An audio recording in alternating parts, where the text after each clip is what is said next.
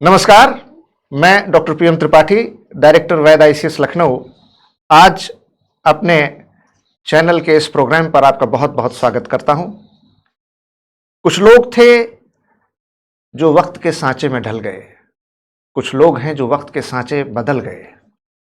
ऐसे ही एक बहुत होनहार, एक बहुत ही काबिल, एक बहुत ही खूबसूरत इंसान जो सीरत और सूरत में लाजवाब हैं, जिन्होंने बहुत पहले सिविल सर्विसेज की तैयारी का सपना देखा, हल्द्वानी से उत्तराखंड के एक छोटी सी जगह से निकलकर अपनी आंखों में चमक और जोश, अपने दिल में जज्बा और जुनून लेकर के लखनऊ आए।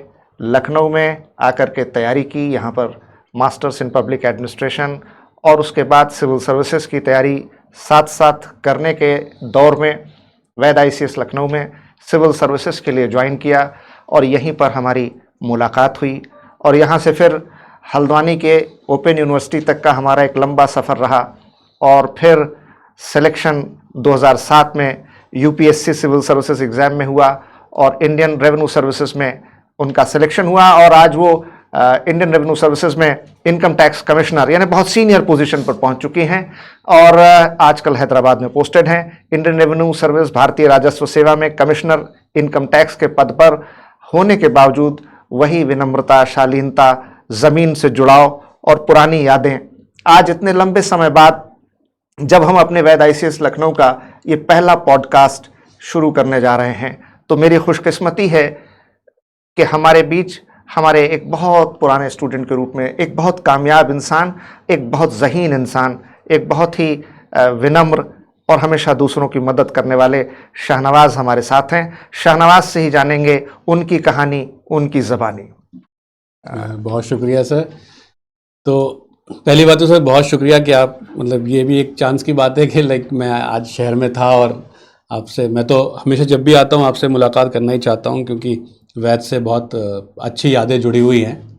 और तो सर मैंने जो आपको तो मालूम है सारी बात कि मैं बेसिकली उत्तराखंड से हूँ और क्लास 12th मैंने वहीं से किया। उसके बाद मैं यहाँ आया लखनऊ में तो मैंने ज्वाइन किया एक आईआईटी का कोचिंग, लेकिन मेरा बहुत शौक़ नहीं था आईआईटी करना। तो साथ ही मैंने यूनिवर्सिटी में ग्रेजुएशन में एडमिशन लिया तो बीएससी में पीसीएम, और मुझे शौक़ था डिफेंस का। तो मेरा शौक़ था फाइटर पायलट बनना एयरफोर्स में। तो मैं एनडीए की प्रिपरेशन बेसिकली कर रहा था और यहीं पर तब मेरा सिलेक्शन हुआ फाइटर पायलट के लिए बिल्कुल एनडीए में, लेकिन for some reason I could not join it. तो फिर मैंने बीएससी कंप्लीट करा, उसके बाद मैंने मास्टर्स इन पब्लिक एडमिनिस्ट्रेशन किया। तो पब्लिक एडमिनिस्ट्रेशन में मास्टर्स करते समय आप उस वक्त यूनिवर्सिटी में क्लासेस लेते थे मुझे याद है, और बहुत ही बेहतरीन क्लासेस होती थी आपकी सर पब्लिक एडमिनिस्ट्रेशन की, and those were the classes which were the fullest classes. तो 2000 से 2010 साल मैंने यूनिवर्सिटी में पढ़ाया लखनऊ। तो वहीं से आपको जाना, फिर पता चला कि आप you also run institute, coaching institute. तो फिर मैं अपने एक दोस्त के साथ यहाँ पर आया कि सर जब मैंने मास्टर्स कंप्लीट किया तब मैं आपके पास, याद है पहला दिन जब यहाँ आए थे तो क्या हुआ था? अच्छा, वो बताने लायक नहीं। अच्छा, तो मैं आया, मेरा एक साथ में दोस्त था तो कोचिंग तो हमने आपको पढ़ाते देखा ही था पब्लिक एडमिनिस्ट्रेशन, तो हमको वो पढ़ना भी था और दूसरा ऑप्शन मैंने ज्योग्राफी चूज करा था, तो वो दोनों हमको पढ़ने थे। तो मैं और मेरा एक क्लासमेट ही था यूनिवर्सिटी से, तो हम आए सर के पास, हमने कहा सर हमको एडमिशन चाहिए। सर बोले बिल्कुल आप पढ़िए। तो हमने कहा सर फीस का थोड़ा हमारा मुद्दा है। तो एनीवे खैर, तो जैसे सर हमेशा कहते मतलब he was never after money, ये तो बहुत क्लियर बात है क्योंकि मैं भी मतलब मेरे ख्याल से मैंने पूरी फीस भी उस वक्त नहीं दे पाया था शुरू में, लेकिन मतलब I was never treated as कि मैंने मतलब कोई कंसेशन या कोई डिस्काउंट लिया है व्हाटएवर। उसके बाद तो फिर हमने यहाँ पर क्लासेस ज्वाइन करी, आपने पढ़ाया। एक शिमलाई मैडम होती थी, वो ज्योग्राफी पढ़ाती थी, जूलिया शिमलाई मैम ज्योग्राफी पढ़ाती थी। फिर यहाँ पर पांडे सर आते थे ज्योग्राफी पढ़ाने दिल्ली यूनिवर्सिटी से। फिर अपना आफ्ताब सर थे, हिस्ट्री पढ़ाते थे। शिमलाई सर मॉडर्न हिस्ट्री पढ़ाते थे। तो एनीवे, तो उस सब के अलावा तो एक तो बहुत अच्छा पढ़ाने का माहौल तो था ही। It was a legacy, and और उसमें क्या है कि दूसरी बात क्या थी कि माहौल बहुत अच्छा था। यहाँ पहली बार वो बच्चे हमने देखे, वो सीनियर हमने देखे जिन्होंने प्रीलिम्स निकाला है या मेंस निकाला है, तो इट वाज वेरी इंस्पायरिंग कि if they can do it being here, I can also do it being here. नहीं, मैंने ये भी देखा जब आप लोग पढ़ने आते थे रेगुलर, तो जो लोग अभी तैयारी कर रहे थे वो देखते थे उनके साथ के बहुत से लोग ऑलरेडी सेलेक्टेड हैं और बेहतर करियर और बेहतर रैंक के लिए कोशिश कर रहे हैं। जी सर। तो उस वजह से यहाँ बहुत लोग ऐसे मिले जो सिलेक्टेड थे, पीसीएस में थे या आईएएस के मेंस लिख रहे थे या इंटरव्यू दे के निकले थे, तो एक काफ़ी इंस्पायरिंग चीज़ थी वो। तो उसके बाद फिर हमने सीखा कि कैसे तैयारी करते हैं, क्योंकि अब जैसे आज भी कोई चीज़ है तो बहुत से ऑनलाइन बहुत सी अवेलेबिलिटी है, बहुत इन्फॉर्मेशन की अवेलेबिलिटी है, लेकिन आपको ये नहीं पता होता कि आपको क्या चीज़ चुननी है, आपको क्या चीज़ पढ़नी है। तो वो सब जो चीज़ें थी वो यहाँ सीखी हमने, अपने सीनियर से सीखी जो पहले से प्रिपरेशन कर रहे थे, जो सिलेक्ट हो रहे थे, क्योंकि यहाँ मिलते थे वो लोग, इंटरेक्शन होते थे, उनसे पूछते थे तो बताते थे कि ये किताबें अच्छी हैं या ये चीज़ नहीं पढ़नी है या रिलेवेंट नहीं है। तो उसके बाद फिर मेहनत हुई खूब, और फिर मैंने पहला जो अटेम्प्ट दिया उसमें तो प्रीलिम्स मैंने क्वालिफाई करा, लेकिन मेंस नहीं क्वालिफाई हुआ। फिर दूसरे अटेम्प्ट में दोनों चीज़ें क्वालिफाई हो गई, फिर इंटरव्यू भी अच्छा हो गया, तो मेरा 242 रैंक था, तो फिर रेवेन्यू सर्विस हो गया। All India rank 242 all India rank था सर, इन 2007 बैच में। 2007 मुझे याद है, आई वेरी विविडली रिमेम्बर। तो शहनवाज, अब 2007 से हम लोग 2025 में आ गए, एक बड़ा लंबा करियर आपका रहा। अब आप गवर्नमेंट के अगर हायरार्की के रॉडल में देखें तो आप एक सीनियर सिविल सर्वेंट हैं, बहुत सीनियर पोजीशन पर हैं, कमिश्नर इनकम टैक्स जैसे बहुत ही महत्वपूर्ण पद पर हैं। तो आज एक हम अक्सर बच्चों में डिबेट देखते हैं कि टॉप 3-4 सर्विसेज में अगर उनको चुनना होता है तो बहुत सारे बच्चों की आज पसंद इंडियन रेवेन्यू सर्विसेज भी हैं, वो आईएएस लें, आईपीएस लें, इंडियन रेवेन्यू सर्विसेज। जब वो मेन एग्जाम में अपना सर्विस का प्रायोरिटी तय कर रहे होते हैं तो उनको किस आधार पर यह तय करना चाहिए कि कौन सी सर्विस को पहले रखें, दूसरे पे रखें? आज रेवेन्यू सर्विसेज के बारे में आप क्या सोचते हैं, इनका क्या फ्यूचर है और क्या कंट्रीब्यूशन है देश में? तो sir first I will start with कि इंडियन रेवेन्यू सर्विस क्या है, because I have worked in this service अब इतने सालों से, and it's like I have been very proud of working in Indian revenue service, क्योंकि ये बहुत बेसिक कोर वर्क करती है। और वो कोर वर्क है आपकी फाइनेंशियल इंटीग्रिटी जो है कंट्री की, उसको मेंटेन रखना, उसको स्ट्रेंथन रखना। बिल्कुल ठीक बात। तो हमको लगता है कि रेवेन्यू कलेक्शन है, it is not just revenue collection के कोई टैक्स रेट्स हैं उस पर आपको रेवेन्यूज जनरेट करने हैं और आपको कलेक्ट करना है। उसके अलावा बहुत से ऐसे फाइनेंशियल ट्रांजेक्शन्स होते हैं जो क्रॉस बॉर्डर ट्रांजेक्शन्स हैं, जो इंटर कॉर्पोरेट ट्रांजेक्शंस हैं, which are if not monitored can be problematic. Correct. तो और दूसरी बात क्या होती है कि एडमिनिस्ट्रेशन को रन करने के लिए the very basic foundation is revenue. तो अगर आपका रेवेन्यू स्टेट फॉर्म ही होता है, अगर टैक्स जब तक नहीं है तो स्टेट कैसे बनेगा? Right sir. तो that's how revenue administration is a very important core work of the governance. बिल्कुल। अब दूसरी बात है जो कंपैरिजंस हैं या मुझे क्या चूज करना चाहिए, तो अभी क्या है जो हम मॉडर्न डे गवर्नेंस देख रहे हैं इंडिया में, like the phase of governance which you are seeing, यहाँ पर the emphasis of the policies of the government of India are such that every limb of the government is equally important. Correct. तो अब क्या है, सबका role अलग है, तो यू हैव टू। तो दूसरी चीज क्या है कि कुछ पर्सनल चॉइसेस भी होती हैं। फॉर एग्जाम्पल जैसे आईएएस है तो initially mostly they work in the district administration, which is equally very important role to play। आप डिस्ट्रिक्ट एडमिनिस्ट्रेशन में हो, आप कई सोशल वेलफेयर स्कीम्स इंप्लीमेंट कर सकते हो, आप लॉ एंड ऑर्डर भी ओवरऑल कई जगह पे देखते हो जहाँ कमिश्नर सिस्टम नहीं है, तो that's a very very significant role. And then फिर आप डेपुटेशंस पे जाते हो in secretariat, central government, state government, you make well policies which determine the fate of the nation, तो वेरी इंपॉर्टेंट जॉब।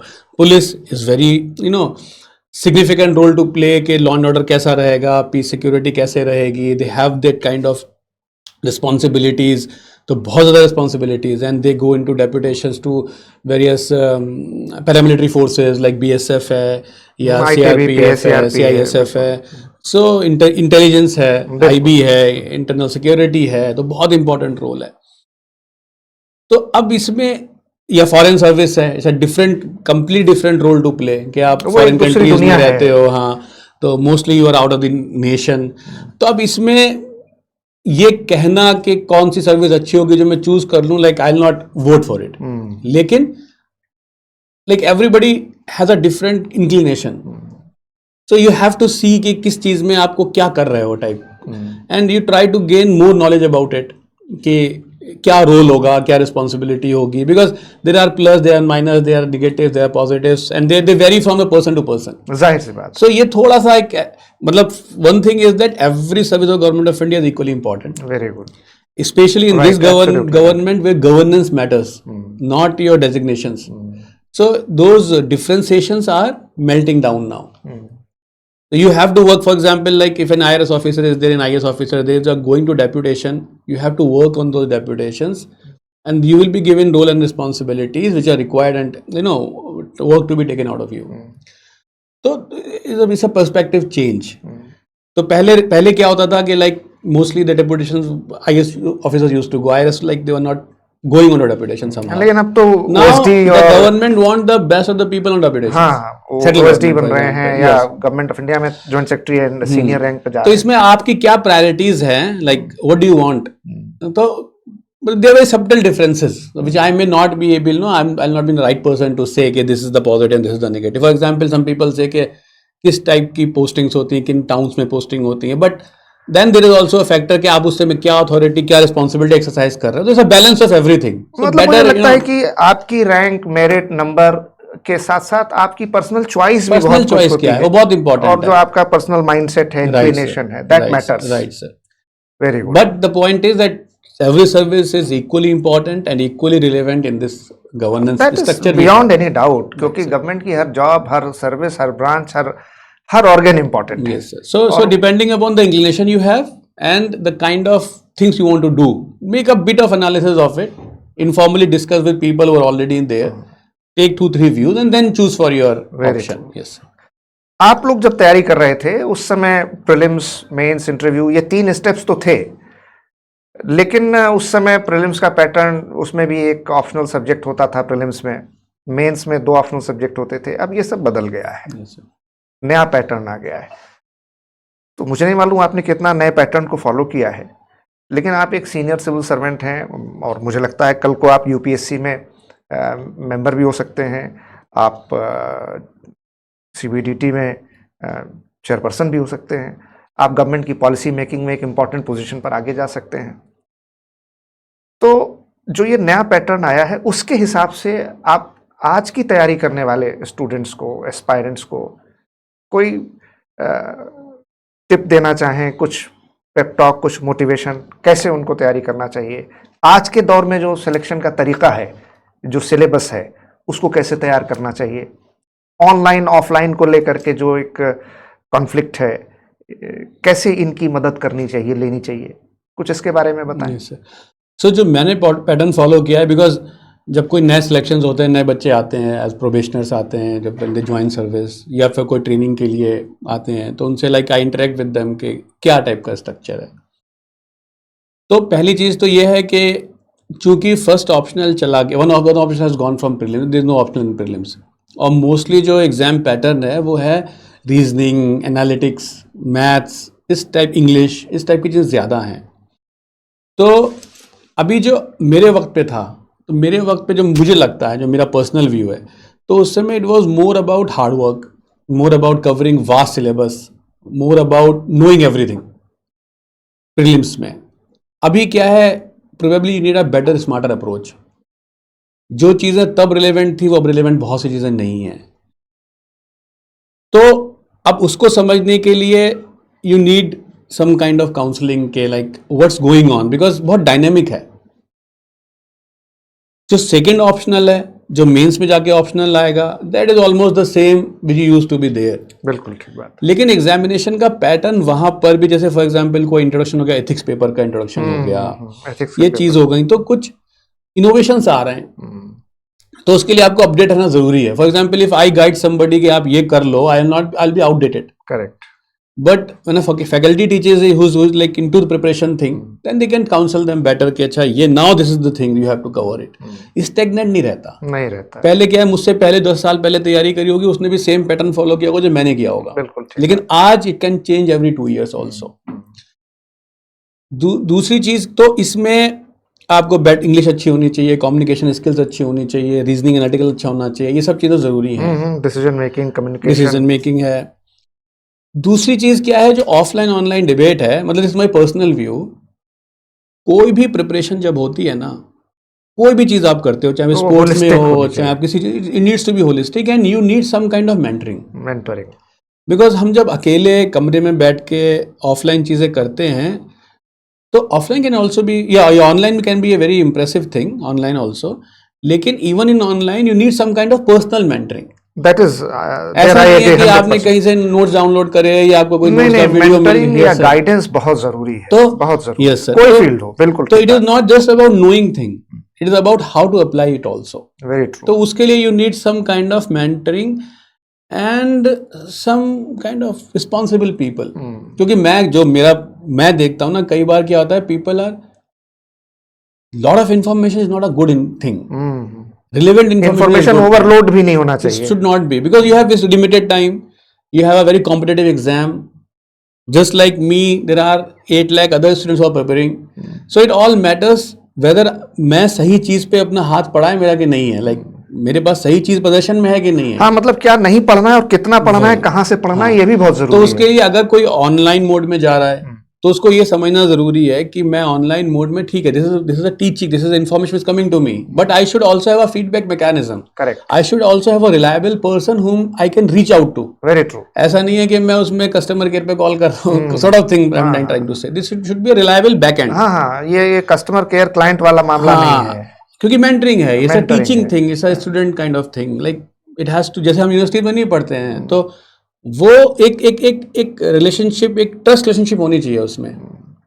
एक तो ये जरूरी है, उसको इंटीग्रिटी उसकी मेंटेन रहनी चाहिए। ऐसा नहीं है कि आपने नोट्स मिल गए, आपने पढ़ा, बट यू, जैसे हमारे साथ हुआ है, जैसे हमने पहला बार मेंस एग्जाम दिया, तो हमने सेकंड ऑप्शन तैयार नहीं करा था उस समय तक, तो आई वाज नॉट, तो हम कहीं से नोट्स लेके आ गए, तो उसने ये इस कोचिंग के नोट्स हैं, हमने पढ़ना शुरू कर दिए, लेकिन हम जब मेन एग्जाम लिखने चले गए तो उसने बताया जिसमें एक यूनिट था ही नहीं।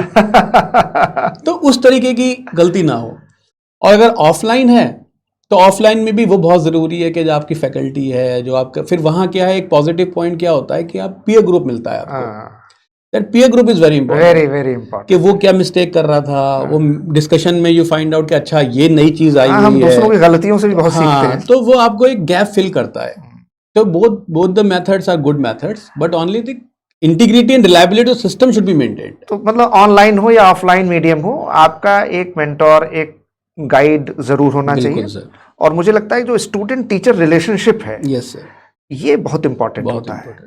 वो कोई चीज, कोई टेक्नोलॉजी रिप्लेस नहीं कर सकती, तो वो ऑनलाइन हो या ऑफलाइन हो, स्टूडेंट टीचर रिलेशन जो है वो इंटैक्ट रहना चाहिए, बने रहना चाहिए। क्योंकि मैं देखता हूँ कि 1998 से 2025 मुझे लगातार पढ़ाते हुए 27 साल 28 साल हो गया। मेरी एक ही पूंजी है इतने सालों में, I have earn students, I have earn people, I have earn man. मेरे आज भी स्टूडेंट्स, जैसे कि जो बहुत पहले सेलेक्ट हुए और आज बहुत बड़ी सीनियर पोजीशंस में, गवर्नमेंट ऑफ इंडिया में, स्टेट गवर्नमेंट में हैं, वो अगर लखनऊ आते हैं या अगर मुझसे मतलब फ़ोन पे बात करते हैं, तो पुरानी बातें होती हैं और बिना मुझसे मिले नहीं जाते हैं। उदाहरण नज़ीर सामने है। बिल्कुल है सर। तो ये हमारी पूंजी है, हमारी ताकत है।